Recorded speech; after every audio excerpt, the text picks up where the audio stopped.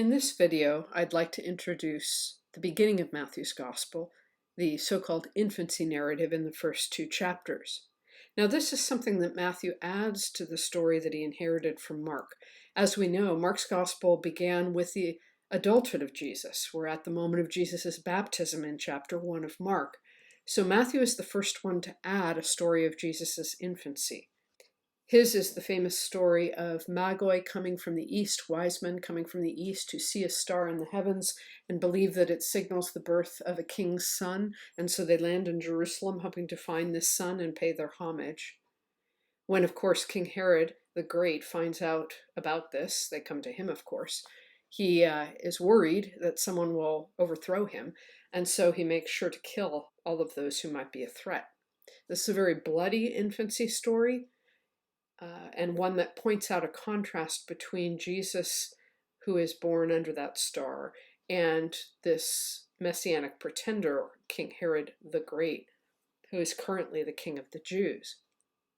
Now, there's only one other canonical gospel that has an infancy account, and that is Luke's gospel, but it's almost entirely different. Apart from the names of the parents and the fact that Jesus is born, almost every other detail is different. In this case, for example, Jesus is not born at home like he is in Matthew's Gospel. Home is Bethlehem for Matthew. That's where Joseph and Mary live. But in Luke, Joseph and Mary live in Nazareth up in the north. And the only reason they are in Bethlehem at the time of Jesus' birth is because the emperor is requiring everyone to return to their hometown associated with their ancestry. And this is Luke's way of reinforcing that Joseph is from the tribe of David, which of course places Jesus in line with the messianic promise. Now, Matthew had set up Jesus as king too, as the real king of the Jews, but in a very different way. Now, this tradition of Jesus' infancy and youth would only grow in subsequent centuries. Even Matthew and Luke only really tell the story of Jesus' birth, and Luke tells one additional story when Jesus is about 12, but there's a wide gap, what happened when Jesus was a child, and so there are traditions that grow in the subsequent centuries to fill in some of those gaps. In fact, the traditions I'm about to introduce you to are only about Jesus' infancy and birth and youth. They don't deal with his adulthood at all, so this becomes a popular genre. Perhaps the most famous is the Infancy Gospel of James, named for Jesus' brother James, who's mentioned in the Gospels and Acts and Paul's letters. This is where we get the tradition of Joseph being an older man, the tradition of Jesus being born in a cave, and also the tradition of two midwives attending to Mary in that cave for the birth of Jesus. Now, actually, the bulk of the Infancy Gospel of James is not so much about Jesus' infancy, but about Mary's infancy, how she was raised very pure and holy, and even sent to the temple to be raised in that pure environment. But of course, at the point when she is going to begin menstruating, they can't keep her in the temple any longer, and so the priests set up a challenge for men of the area to come and take her hand, but it has to be a righteous man, and they know that Joseph is the righteous man because his walking stick blooms, which is why he's almost always depicted holding the child Jesus with a blooming stick or a set of lilies in his other hand.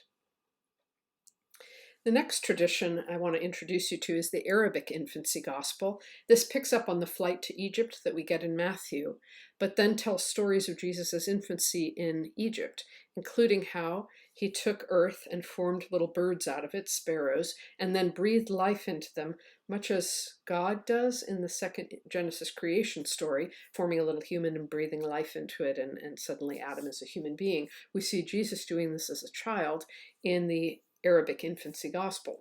And because this was popular in Egypt and Arabic-speaking areas nearby, it actually makes its way into the Quran as well. There are stories told of Jesus in the Quran as a child, and they pick up on these motifs. The Gospel of Pseudo-Matthew introduces us to the tradition that there was an ox and an ass at the stable. You might see these in your creche, your Christmas scene, but they're not mentioned at all in the canonical Gospels, only in this Gospel of Pseudo-Matthew. In addition, the Gospel of Pseudo-Matthew has other traditions of wild animals being tamed by Jesus when he's a child, somewhat reminiscent of the wilderness scenes where the wild animals are not a threat to Jesus. And then when he commands a fruit tree to produce fruit for his mother, and it bends down and offers its fruit. The last infancy gospel I want to mention is the infancy gospel of Thomas. The word tomo in Aramaic means twin, and there was a rich tradition of twin literature, Thomas literature, in the early church. This particular gospel is an infancy story, and it tells a lot of tales of the child Jesus who had the powers of adult Jesus, but was a little too young and didn't quite know how to discipline himself with them. In this particular scene right here, Jesus's young playmates are turning him in because he just killed a child who accidentally destroyed his waterworks, or maybe intentionally. And so the children are turning him into the authorities. There are a lot of stories in the infancy gospel of Thomas like this, where Jesus doesn't get along very well with his playmates. And there will be subsequent traditions that develop around the canonical and apocryphal traditions. For example, here's a scene from a medieval manuscript is depicting the wise men, but now they've become kings. And these kings are bringing these wealthy gifts to the child. None of that is in the gospel. All of that is subsequent tradition. So we can see that the infancy story grew quite a bit after the canonical Gospels became the canon. Let's look more closely at the unique characteristics of Matthew's original infancy narrative. And here, I want to use first the genealogy and then the narrative structure of the remainder of the infancy narrative to tease out the main themes and motifs that Matthew seems to be interested in. Because I understand these infancy stories to be sort of an overture to the symphony that is the gospel, sounding most of the major themes that are important to the author. And so we can look carefully at the narrative structure or plotting of the infancy story, the genealogy, and then the rest of the story to identify these themes. So let's look first at the genealogy. We're in the first 17 verses of the Gospel of Matthew, and one of the first things you notice after all of the individual generations are listed is that Matthew then handily summarizes the groups of that genealogy in 3 different sets. He first says that there are 14 generations from Abraham to David, 14 generations from David to the exile, 14 generations from the exile to the Messiah. And the question I want to ask you is, what do all of these groups share in common? Now, if it doesn't immediately become apparent to you, I'd ask you to pause the movie right now. Give it a little bit more thought before I move on and provide an answer. Jesus is the fulfillment of Jewish history and of God's promises to the Jews. How do we know this? Because this particular genealogy begins with Abraham, the first of the humans in the world to enter into a covenant with God. God asks him to circumcise himself and his male children, and in return, God promises him a land and descendants as numerous as the stars. So Abraham is the first Jew, if you will. And our first grouping is from Abraham, who enters into the first covenant, to David, the first great king to whom the Messiah had been promised. The next grouping is from that same David to the exile, the Babylonian exile, when the promise of the Messiah ended, at least the literal promise of the direct line from David as the anointed one who would always sit on the throne. The throne is destroyed at this point. Foreign countries or empires take over from that point on. And so in many ways, the exile represents this great catastrophe or crisis and this need to reinterpret Jewish tradition, a need to redefine what Messiah means. But of course, Matthew is more optimistic than that. He doesn't end the story there. He sees Jesus as that promised Messiah. And so our final group is from the exile to the Messiah.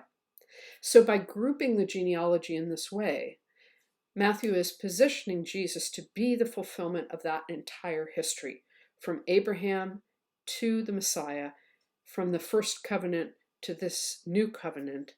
And so all of Jewish history is encompassed in Jesus's past. So just by this genealogy and its grouping, the way it's organized, we can see what Matthew cares about. Now, over on the far right, the image of the menorah there is an artistic rendering that we find in the St. John's Bible, which is the first hand-written and hand-illuminated manuscript of the entire Bible to be produced since the invention of the printing press.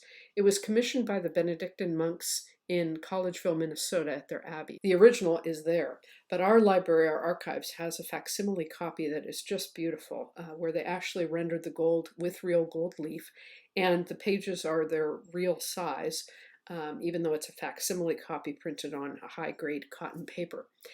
This particular illustration of the genealogy offers all of the names in Hebrew. If you look under at the base of the menorah, you'll see Abraham's name first, and that's in the middle in bigger type. And then on the left is Sarah, 3 letters, Sarah. And on the right of Abraham's name is Hagar, and her name is written in Arabic. Where possible, this artist is trying to communicate the significance of this particular family tree of Judaism, of Jesus, for other world religions as well. Abraham, of course, is the ancestor of not only the Jews, but also of the Muslims. He's understood to be their father too. And above the base of the menorah, we have the mandala. So there's an indication or a nod towards Hindu and Buddhist tradition as well. Now, it's not just a matter of who these individuals in the groupings are, it's also the number that Matthew continually repeats. He continually says that the numbers of generations in each of these groups is 14. And we know the number matters to him because the only way he gets 14 in the last grouping is if he double counts the person at the end of the previous one. So 14 seems to be significant for him. And I want to suggest to you why that is. It might not be apparent at the surface what these numbers signify. We would have to sort of enter into the mindset of people in antiquity and understand that names and letters had greater significance than we might attribute to them. Part of the reason for that is that in ancient world, until we get Arabic numerals, the alphabet actually does double duty as your numerical system. So if we list just the first 6 letters of the Hebrew alphabet, each of them also counts as the number that's listed next to them.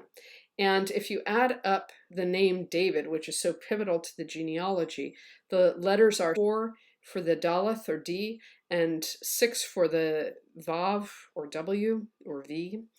So 4 plus 6 plus 4 is 14. Now, I think what Matthew is saying by repeating 14 is that built into the very structure of Jesus' genealogy is the symbol pointing to his messianic significance. That is, that he is the promised anointed one who had been promised to David. So this sort of numerology, if you will, this sort of symbolism that is imputed to numbers is typical in the literature of what we call the classical apocalyptic period, which is from about 200 BCE, so before Christ, until about 200 Anno Domini or Common Era after Jesus. And it would have been a way that people in antiquity thought. We see some of the same numerology in the book of Revelation when the number 666 is mentioned in chapter 13, verse 18. Now, in this case, Matthew's not writing in Hebrew. He's writing in Greek. And Greek numbers are going to add up and names are going to add up a little differently. You can see that the name David in Hebrew has only 3 letters because Hebrew is a consonantal alphabet. It doesn't have characters for vowels, but Greek does. And so if we were to add up the name David in Greek, it wouldn't add up to 14. So what this tells us is that if this numerology is lying behind the organization of Matthew's genealogy, he's very deeply familiar with Hebrew. And he's also deeply familiar with Jewish traditions, and his audience probably is too. He doesn't have to explain it to them, and so that's why we have to sort of supplement and supply this context knowledge that Matthew shared with his audience. Let's move beyond the genealogy to how the plot is structured in the rest of the infancy story. I'd like to propose to you that if we look closely at the rest of Matthew's infancy, we find that the story is divided into 5 episodes.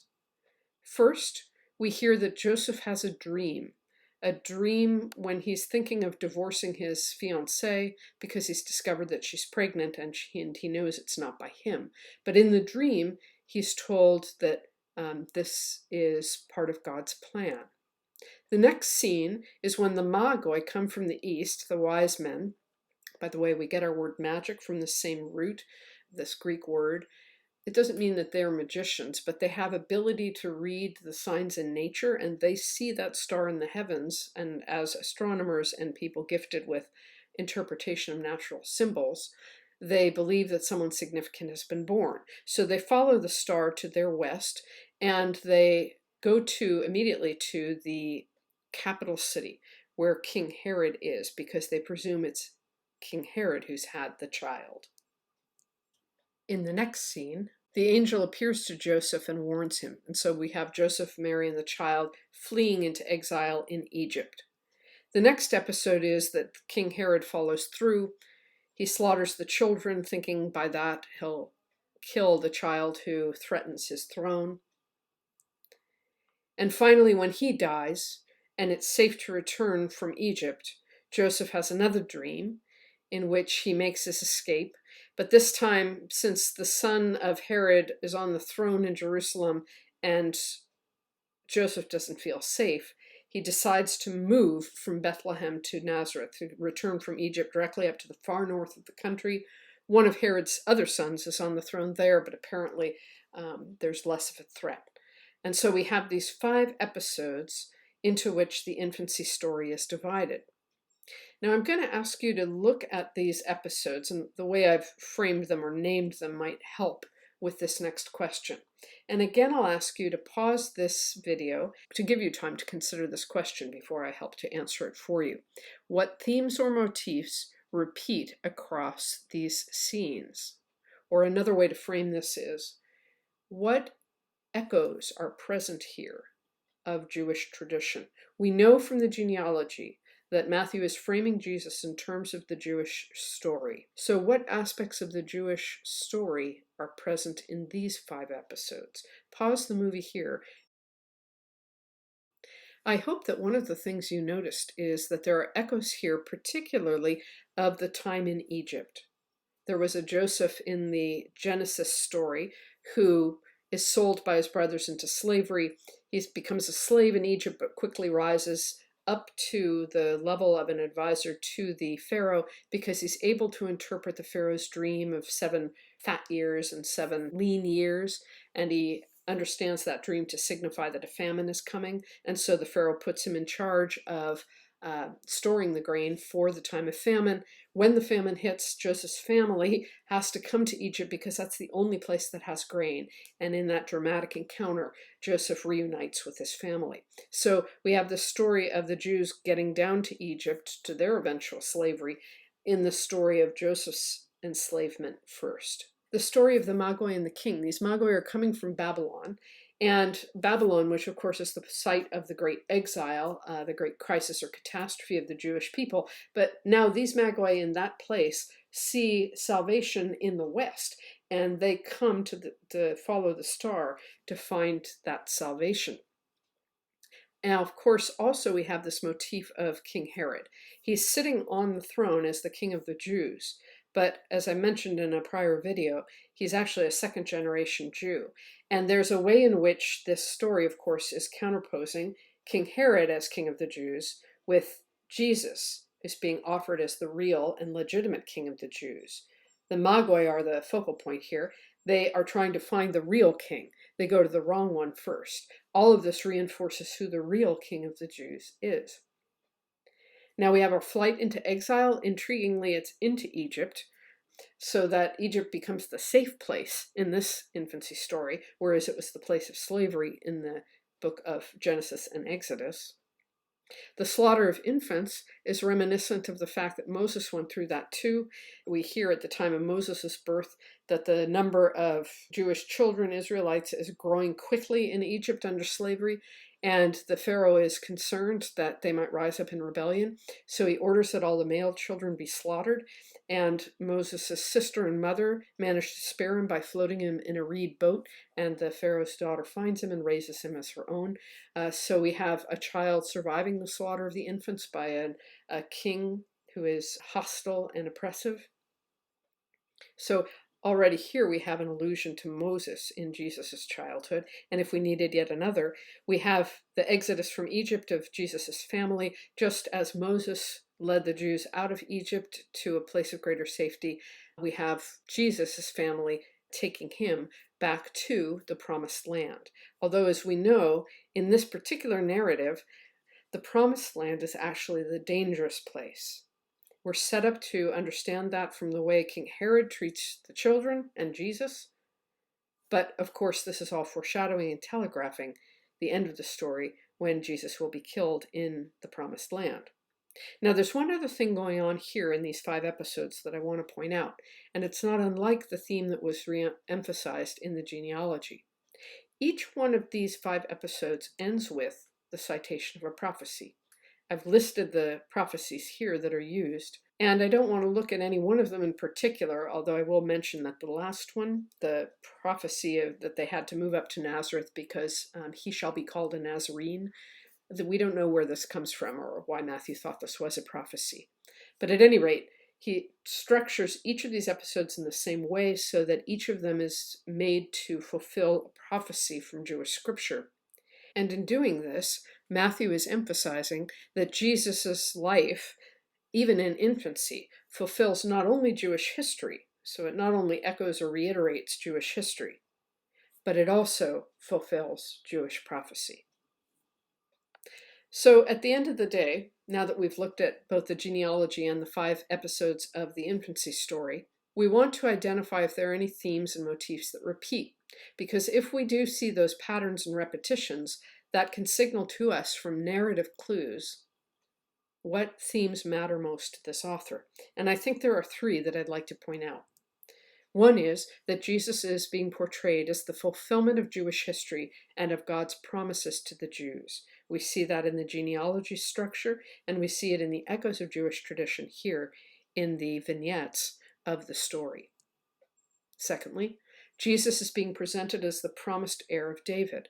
Not only is David pivotal in the genealogy, not only is the numerology of the genealogy, the groupings of 14, pointing to David, but here in the vignettes, we have a constant thread contrasting Jesus, the heir of David, to the person who sits on that throne right now, King Herod the Great. And finally, what we see here is that Jesus' birth is the beginning of the day of the Lord. That is, the day of the Lord that promised redemption and promised salvation to the Jewish people is inaugurated now in Jesus' birth. In many ways, the people who signify that or signal that are the Magoi, the foreigners, the people who are not Jewish. They are the ones who recognize that something new is happening in the world. A new day is dawning.